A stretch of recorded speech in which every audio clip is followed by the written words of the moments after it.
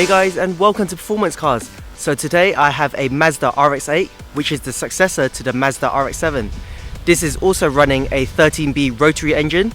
It's pushing out at about 230 brake horsepower, which is down on the 260 from the RX7, but this is non-turbo, so this should be pretty amazing.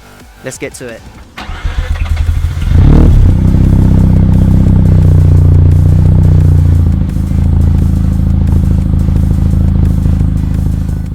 So starting from the front, I want to show you guys this triangle down here, which specifies the rotary engine.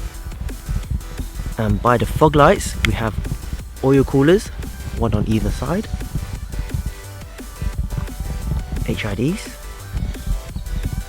the headlight washers. The bonnet itself also has a triangle right at the top. Moving down to the side, we have ProDrive alloy wheels, or from the PZ model RX8. So PZ meaning that the ProDrive from the P and the Z from the OZ. This is a collaboration between the two. It is running Goodyear's efficient tyres, 225 40 18s all round, with the Mazda genuine disc and pads. Some side vents. Moving along down the car, it has the RX8 in the rotary form. This can also be found on the RX7, obviously with an RX7 badge. And what looks to be only two doors, this rear door actually opens, which we'll get to in a second. Just moving down to the rear, a nice lip spoiler. And the clear cluster rear lights. Also have another triangle down there for the fog lights. And the exhausts themselves, these are Racing Beat exhausts, and it gives out a nice sound. So let's have a look on the inside. So moving on to the interior, onto the door cards, we have a nice gloss black finish by the mirror switches and window switches. Another similarly shaped triangle for your storage. Bose speaker system. And the interior itself. Leather seats all round. Another triangle as well. There are triangles everywhere. Talking about triangles, have another one by the handbrake. This is the Mazda RX8 steering wheel. There's sports pedals underneath. So we have the boot opener and the bonnet, some storage, headlight controls, the traction control. And if I just jump inside, I'll show you the dials. So without the key in, it gives off a smoked look to it. So I'll just stick the key in for you guys. Turn it to accessory, and it all comes to life. 8,500 RPM all the way to 9. Temperature gauges, oil pressure, and the owner has also installed this tablet where the sat nav used to be. So it's showing the coolant, revs, throttle, torque, horsepower and miles per gallon, and that's a nice neat addition to it. Up here, see all the clock, fan speeds, etc. The vents, nice gloss black finish again, all the controls, some storage. Gear knob itself, 6-speed manual for the higher spec models, 5-speed for the lower. Heated seats, and underneath here we have the twin cup holders, and if you lift this again, gives you more storage. So to open the rear door, you first have to have the front door open, and then you get to this handle, and it opens like so.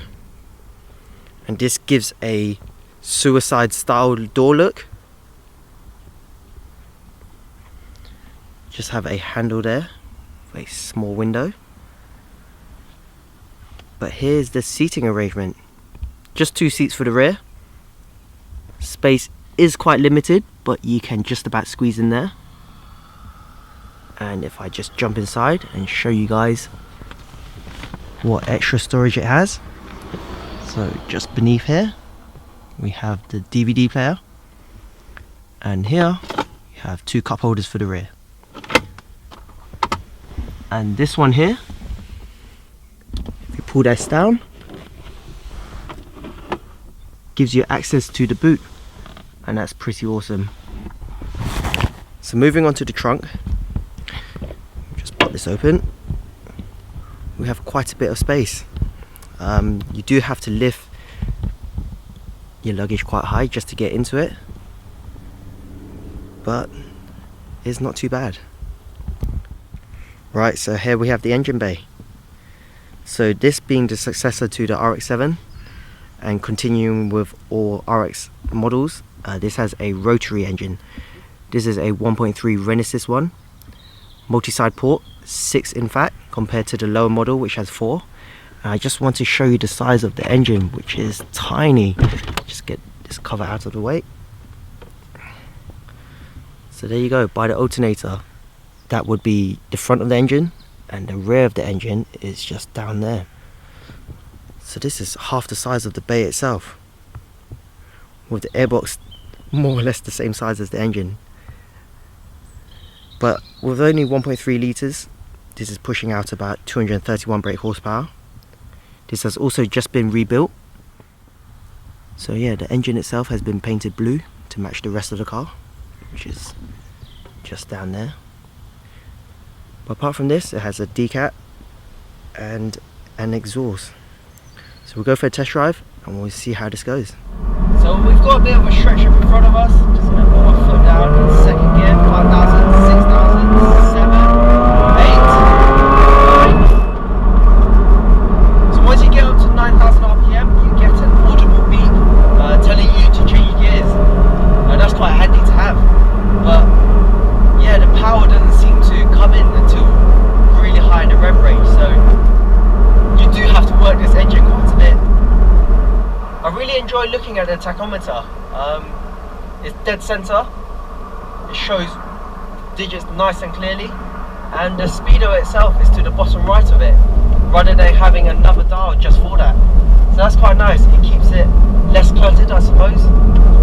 And instead of having the speedometer, we have the oil pressure gauge, and that's a must in a car like this.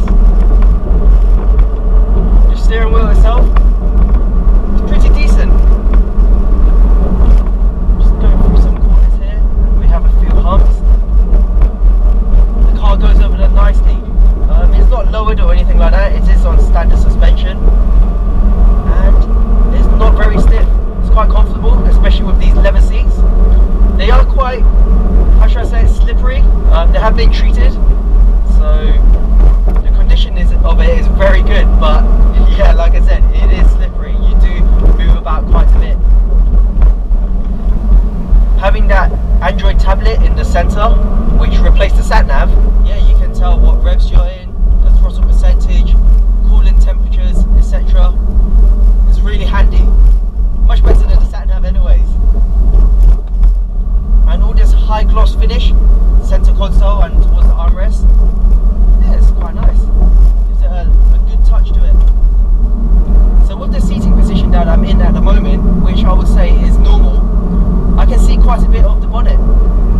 As I mentioned earlier, that triangle, I can see that clearly. And the door itself, where it meets the glass, that's quite high, it's about my shoulder height. And that's different to many of the cars that I've been driving. So it makes it feel quite safe and secure in here. The interior itself isn't too cluttered. There's plenty of space around for myself and most probably the passengers. But with that racing beat exhaust, just drop it down a gear,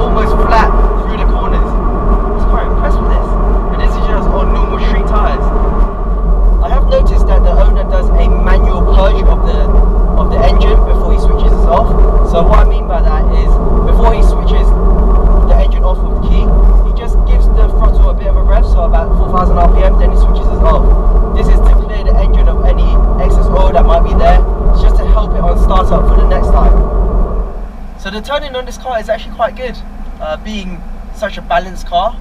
This RX8 rear wheel drive as well. I think traction control was on because I saw the light flashing as I was accelerating out of the corner, but it didn't kick in like the GT86 for example. That one, when it kicks in, you can actually feel it pulling away, because I think that one had a 4-wheel ABS. The shifter on this as well, it is standard, no quick shift, but it's not too bad. It's quite short itself, the gear knob I mean, but it's quite easily done, the gear changes. So I'm quite happy with this car, pretty awesome.